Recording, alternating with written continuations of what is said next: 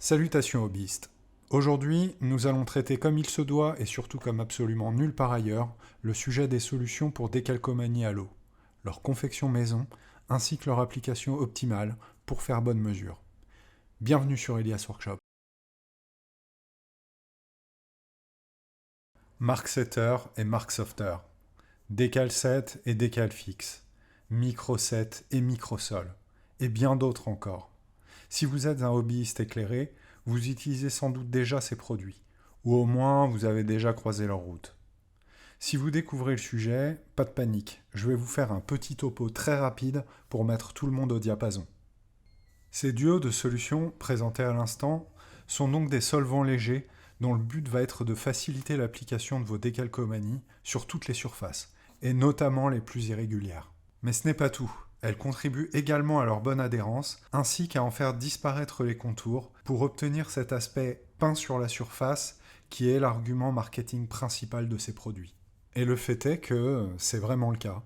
Ces solvants sont vraiment incontournables pour parachever vos pièces. Et c'est pour toutes ces qualités que ces solutions sont toutes prisées par énormément de modélistes.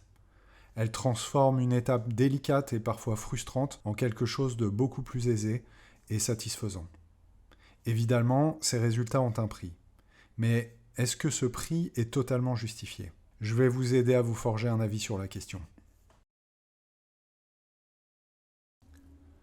Le setter est le premier outil à votre disposition pour l'application.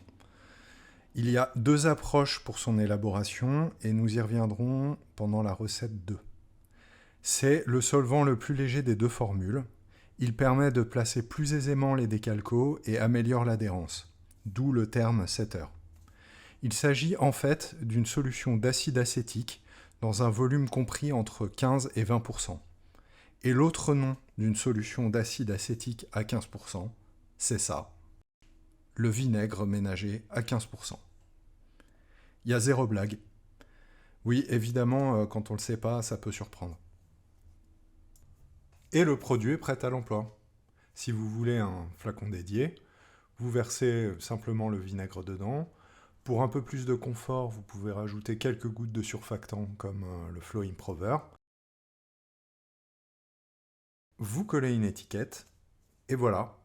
Donc si vous avez en votre possession un flacon de 7 heures du commerce, et que dans votre cuisine, sous votre évier, entre le décap-four et le pec-citron, vous avez une bouteille de vinaigre ménager à 15%, je vous invite à placer les deux contenants côte à côte et à méditer sur la condition humaine, tout en vous choisissant une team. La team Bizet pour ceux des villes, et la team Ramier pour ceux des champs. Vous me mettez ça en commentaire, sans oublier de vous abonner et de mettre un petit pouce bleu.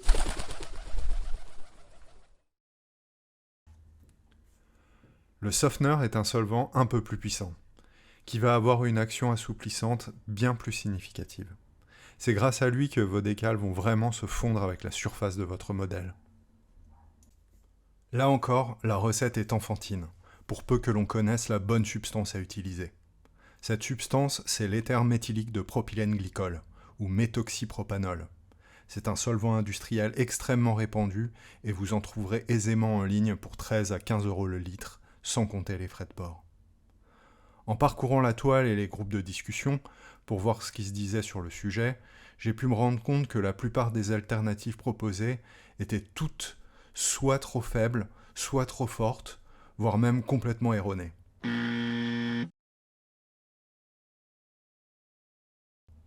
Pour un flacon standard de 30 ml de softener, il vous faudra 15 ml d'eau déminéralisée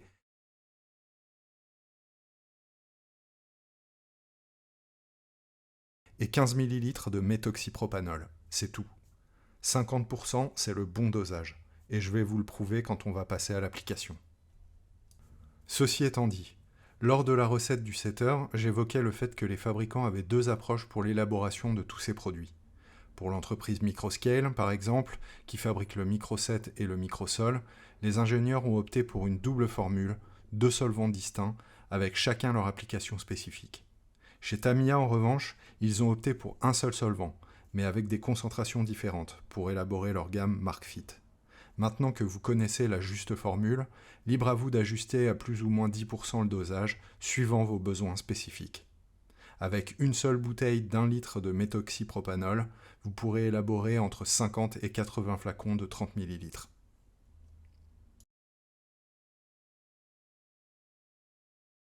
Nous voici à la mise à l'épreuve de mes solutions.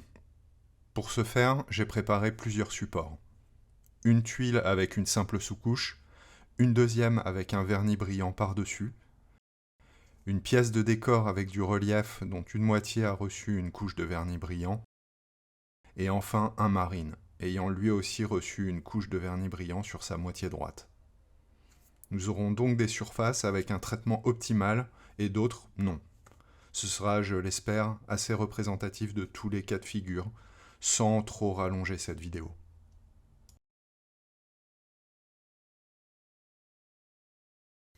Pour les tuiles, voici la méthode utilisée. Une décalco de référence, une appliquée avec du setter, et enfin une dernière appliquée avec le setter et le softener. Pour les autres pièces, j'ai juste appliqué les solutions en bonne et due forme.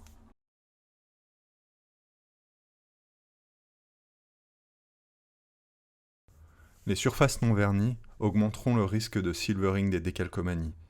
Ce sera un bon test pour confirmer l'efficacité des solutions.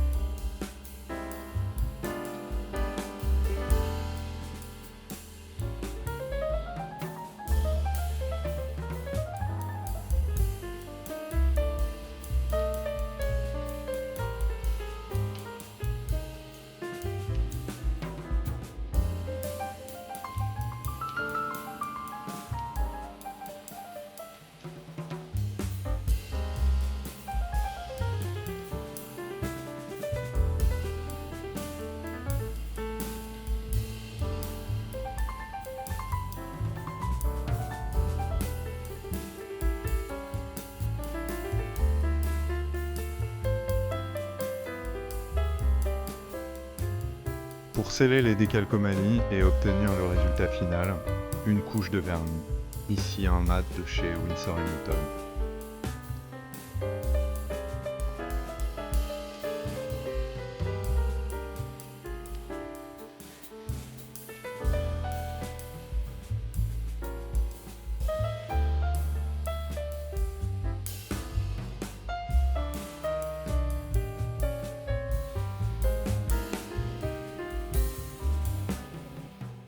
Sur la tuile vernie, quelques traces à peine perceptibles de silvering pour la décale de référence, illustrant assez bien l'avantage de bien préparer ces pièces.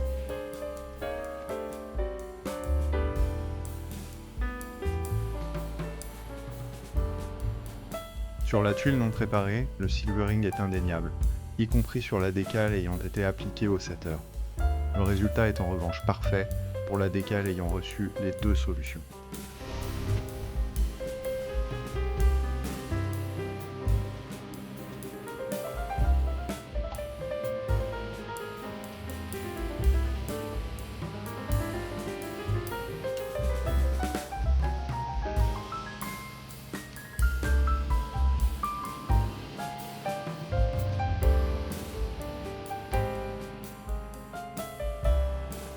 Je pense que les résultats sont assez explicites.